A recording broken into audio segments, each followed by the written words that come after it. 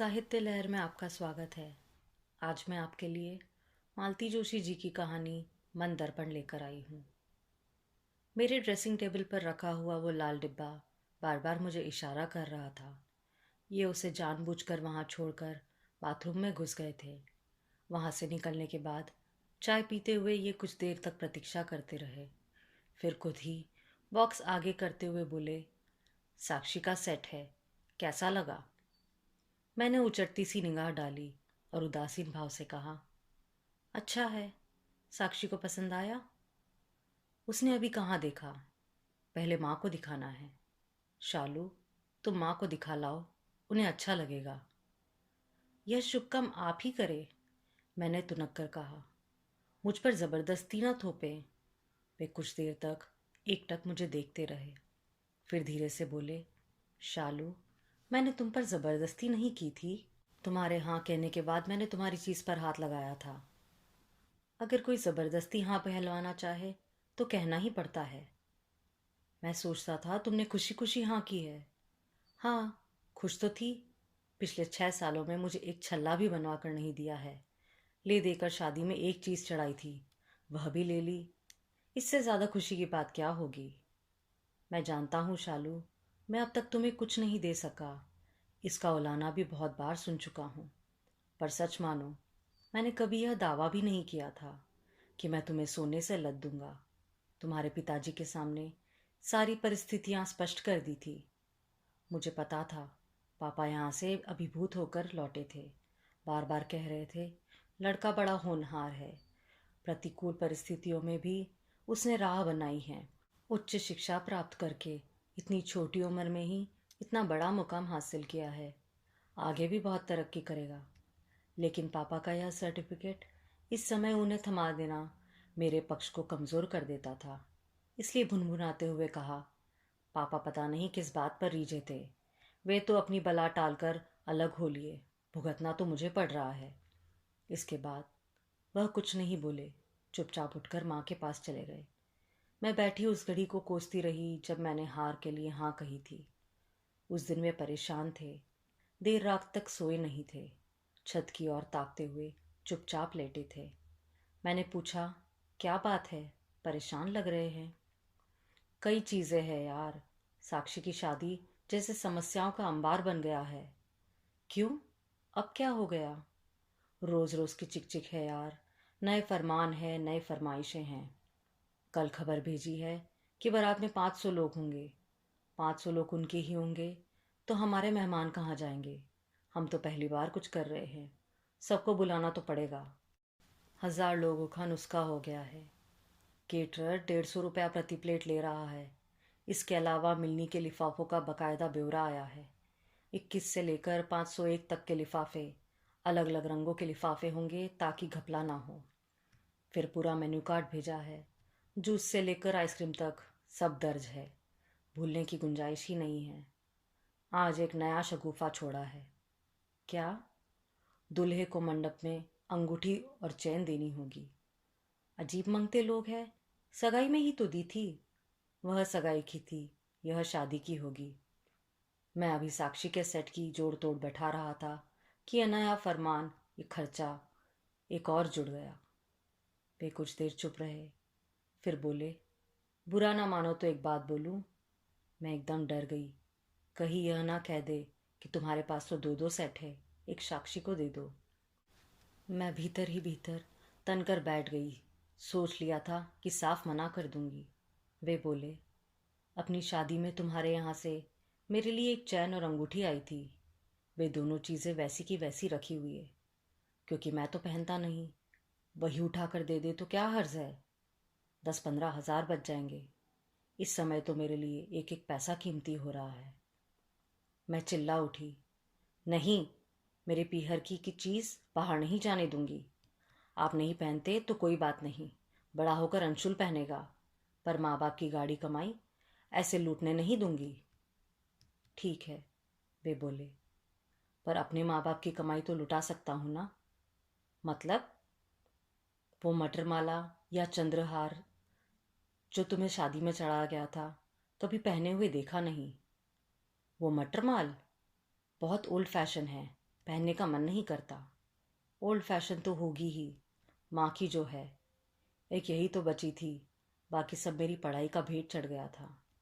यह भी पता नहीं सहेज कर रखी थी, ऐन बारात चलते समय निकाली कि अभी तो यही पहना दो, बाद में फिर उसकी जो मन होगा बनवा दूंगी। पर लगता है तुमने उसे उस लायक भी नहीं समझा। मुझे घोर पश्चाताप हुआ। मम्मी ने कितनी बार कहा माला लेती आ, तुड़वाकर नया बनवा दूंगी, पर हिम्मत नहीं पड़ी। इनकी चीज़ थी, चुपचाप ले जाते, संकोच होता था। अब उस पर हक जताऊंगी तो हाथ से पद ही लगेगा। यह पता नहीं कहाँ खोए थे। डूबती सी आवाज़ में बोले, सोचता था नौकरी लगते ही माँ का सूना गला और हाथ भर दूंगा, तब तक खुद सोना नहीं पहनूंगा। पर नौकरी करते 8-9 साल हो गए, अब तक माँ को एक छल्ला तक ना बनवा के दे सका। इस शादी के बाद तो 2-3 साल और नहीं कर पाऊंगा। मैं कुछ नहीं बोली। मुझे तो गुस्सा ही आ रहा था। मैं यूं ही भरी बैठी हुई थी कि साक्षी दौड़ी आई और बोली, भाभी, सेट बहुत प्यारा है, तुमने डिज़ाइन किया था? तुम्हें अच्छा लगा? थैंक्स, मैंने सपाट स्वर में कहा। वह होश में होती तो चौंक पड़ती, पर अभी तो वह इंद्रधनुषी सपनों में खोई हुई थी। उसने ध्यान ही नहीं दिया। उसी उमंग के साथ बोली, भाभी, लहंगे के ट्रायल के लिए आज जाना था, मैं तैयार हो जाऊं? आते हुए मैचिंग चूड़ियां और बिंदी भी लेते आएंगे। पार्लर वाली से अपॉइंटमेंट भी फिक्स करनी थी। साक्षी, आज तो तुम मुकेश भैया को लेकर चली जाओ प्लीज़। घर में इतना काम पड़ा है, फिर अंशुल भी सुबह से चिड़चिड़ कर रहा है। घर में रख पाऊंगी तो माँ जी को तंग करेगा, साथ ले जाएंगे तो बाजार में परेशान करेगा। मुकेश वहाँ क्या करेगा भाभी? मैं तो प्रीति को फ़ोन कर लेती हूँ, वो फुर्सत में हुई तो ठीक, वरना आपको चलना पड़ेगा। अंशुल को अपन मैनेज कर लेंगे। वो सहेली को फ़ोन करने चली गई। ये दरवाजे पर खड़े थे। उसके जाते ही भीतर आकर बोले, साथ चली जाती तो क्या हो जाता, बेचारी का मन रह जाता। 8 दिन बाद तो वो तुमसे कहने नहीं आएगी। उनका स्वर बेहद उदास था। पता नहीं मेरी बेरुखी से या बहन के संभावित बिछोह से। शायद दोनों ही कारण रहे होंगे, पर मैंने परवाह नहीं की। आप मुझे इमोशनल ब्लैकमेल करने पर क्यों तुले हैं? ब्लैकमेल तो तुम मुझे कर रही हो। गलत फहमी में मुझसे एक भूल हो गई है, पर उसकी सजा मुझे दो। उस बेचारी का क्या कसूर है?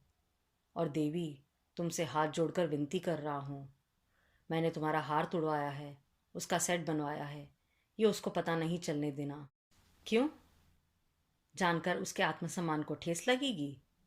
क्या वह परिस्थिति से वाकिफ नहीं है? वह आपकी परेशानी नहीं देख सकती? लड़की आर्किटेक्ट है, गूंगी गुड़िया तो नहीं जो कुछ समझ में ना आता हो। कोई भी स्वाभिमान लड़की होती तो शादी के लिए साफ मना कर देती। शादी क्या बच्चों का खेल है कि एकदम से मना कर दे? एक शादी टूटने का मतलब क्या होता है जानती हो? व्यवहारिक पक्ष छोड़ भी दिया जाए तो दूसरी तरफ से सोचो, संबंधों का, भावनाओं का पक्ष भी होता है। सगाई को 6 महीने हो चले हैं, एक ही शहर में हैं, 20 बार मिल चुके हैं, दोनों के मन भी मिले होंगे। उन्हें अलग करना क्या इतना सरल होता है? उसके ससुराल वाले दुनिया से अलग तो कुछ नहीं मांग रहे। हर शादी में यही सब होता है। अब वह हम पर भारी पड़ रहा है तो यह अलग बात है। ठीक है, आज से मैं आपकी किसी भी बात में दखल नहीं दूंगी। आप भी मुझसे ज़्यादा आशा नहीं रखिएगा। जो मेरे कर्तव्य है वह मैं पूरे करूंगी, इससे ज़्यादा मुझसे कुछ नहीं होगा। उस दिन से मेरा असहयोग आंदोलन आरंभ हो गया था। शादी को केवल 8 दिन बचे थे। मैं अकेली बहू थी। माँ दिन में 10 बार मुझसे कुछ ना कुछ पूछती थी। मैं जैसे आप ठीक समझे या जैसा आप चाहे, जैसे जुमलों में उत्तर देती थी। पहले तो वे उसे मेरी शालीनता समझी। जब मैं साक्षी के साथ भी ऐसे ही व्यवहार करने लगी तो वो सतर्क हुई। बोली, महेश, क्या बात है? बहू उखड़ी उखड़ी लग रही है। ये बोले, माँ, इस समय तुम सिर्फ साक्षी पर ध्यान दो, हमें हमारे हाल पर छोड़ दो। इतनी जिम्मेदारी आने से शालू क्या मैं भी बौखला गया हूँ। शादी के बाद सब ठीक हो जाएगा। लेडीज संगीत के दिन घर में खूब रौनक लगी थी। अड़ोस पड़ोस दूर पास के सारे रिश्तेदारों की औरतें आई थी और सब खूब बन सवर कर आई थी। साक्षी की सहेलियों ने तो फैशन परेड ही लगा डाली थी, लेकिन मैं वैसी ही घूम रही थी। माँ जी ने 2 बार टोका तो साड़ी बदल ली। वे बोली, कुछ पहन तो लेती। पहनी तो हूँ, मंगलसूत्र है, चूड़ियाँ हैं, अंगूठी है, टॉप्स है, और क्या पहनूं? ये तो तुम रोज पहनती हो, कुछ और पहन लो ना। ठीक है माँ जी, अब यहाँ किससे दिखाना है? कहते हुए मैं रसोई में घुस गई और पूरे समय वहीं बनी रही। बाद में साक्षी मुंह फुलाकर बोली, भाभी, मेरे लिए तुम एक गीत नहीं गा सकी? पूरे दिन किचन में घुसी थी। अरे, किचन में भी तो कोई होना चाहिए ना, वरना माँ जी कैसे एंजॉय करती? माँ जी ने कितना एंजॉय किया वह तो वही जाने। उसी दिन भाभी भात लेकर आई थी। भाई साहब तो विदेश सेवा में हमेशा की तरह बाहर थे। भाभी नुपुर और नीलेश को लेकर आई थी। खूब अच्छा सामान लाई थी। माँ जी के लिए कोसा की साड़ी और चांदी का ग्लास, दोनों भाइयों के लिए सूट लेंथ, साक्षी के लिए बनारसी साड़ी और सोने के झुमके, मेरे लिए बनारसी साड़ी और मोतियों का सेट। सेट देखकर मैंने कहा, भाभी, यह आपने अच्छा किया, कम से कम कुछ पहनने को तो हो जाएगा। इन्होंने दबी जुबान से कहा, क्यों मेरी इज्जत उतारने पर तुली हो? पर मैंने ध्यान ही नहीं दिया। शादी में वही सेट पहनी रही। भाभी ने कहा, शालू, तुम्हें सेट पसंद आया देखकर बहुत खुशी हुई, पर अब रिसेप्शन में तुम कुछ दूसरा पहन लो। मैंने कहा, भाभी, मेरे क्रीम कलर के लहंगे के साथ यह मैच कर रहा है। मेरी जिद को देखकर भाभी का माथा ठनका।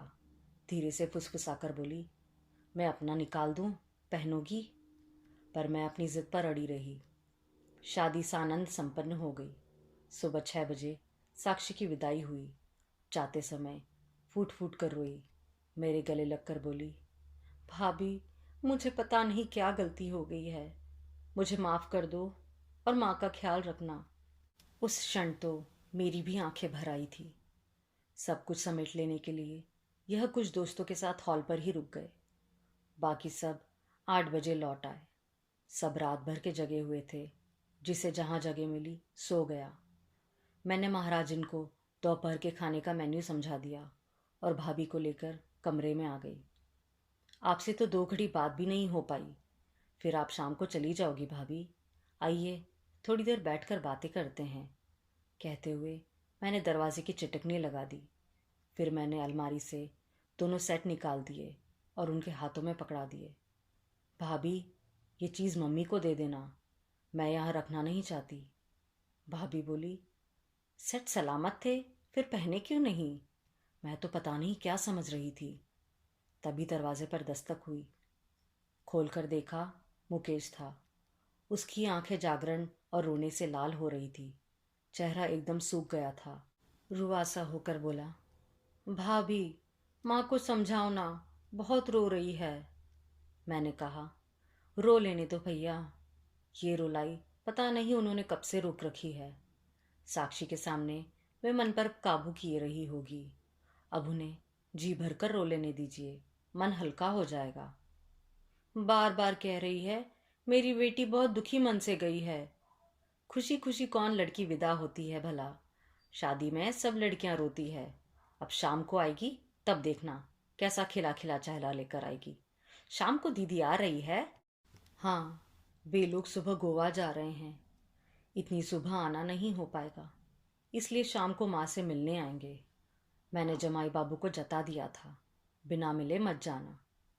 मुकेश गया तो मैंने दरवाज़ा बंद कर लिया। भाभी बोली, शालू, थोड़ी देर को चली ही जाती, माँ जी को सांत्वना मिल जाती। मैं क्या सांत्वना देती भाभी, पूरा घर मेरे कारण ही तो दुखी है। मैंने भाभी को पूरी रामायण सुनाई। वह गंभीर होकर सुनती रही। फिर बोली, यह ठीक नहीं है, तूने ज्यादती कर दी। छोटी सी बात का इतना बड़ा इशू बना दिया। ये छोटी सी बात है भाभी, 6 साल में छल्ला बनवा कर नहीं दिया, उल्टा मुझसे मेरी ही चीज मांग ली। गुस्सा नहीं आएगा? गुंजाइश नहीं रही होगी, नहीं तो किस पति का मन होता है। महेश जी पर जिम्मेदारी भी तो कितनी है। तो शादी करने के लिए इतनी क्या जल्दी थी? आराम से करते। वे हमारे दरवाजे नहीं आए थे, हम ही बार बार उनकी चौखट पर गए थे। शिकायत तो तुम्हें अपने माँ बाप से करनी चाहिए। मुझे तो हमेशा ही आश्चर्य होता है कि मम्मी पापा ने आखिर क्या देखकर मेरी शादी इनसे तय कर दी। देखो, पापा जी को तो लड़के पर रिझ हो गई थी। बार बार कह रहे थे लड़का बहुत होनहार है, बहुत तरक्की करेगा। पर असली मोहर तो मम्मी जी ने ही लगाई है। तुम्हें तो मालूम है, उनकी मर्जी के बिना घर में पत्ता तक नहीं हिलता। और मम्मी जी का क्या असूल है ये भी जानती हो। बेटी छोटे घर में दो ताकि उसका दबदबा बना रहे, और बहू छोटे घर से लाओ ताकि उस पर दबदबा बना रहे। 2 दिन से देख रही हूँ, जिस तरह से तुम राज कर रही हो उसे देखकर तो लगता है मम्मी जी की थ्योरी सही है। पर भाभी, आपका घर तो छोटा नहीं था, बल्कि हम लोगों से सवाया ही था। लेकिन रूप गुण में, शिक्षा में तो मैं तुम्हारे भैया के समक्ष कुछ नहीं थी ना। और यह बात इतनी बार इतनी तरह सुनाई गई कि अभी तक मैं सर नहीं उठा सकती। मम्मी जी के तो दोनों हाथों में लड्डू है।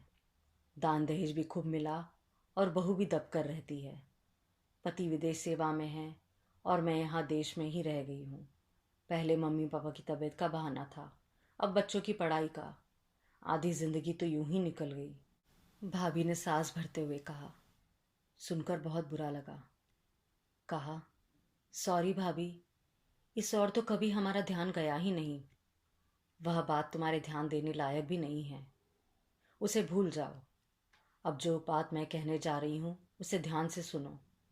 मैं शायद यह बात तुम्हें कभी नहीं कहती, पर आज ज़रूरत महसूस हो रही है।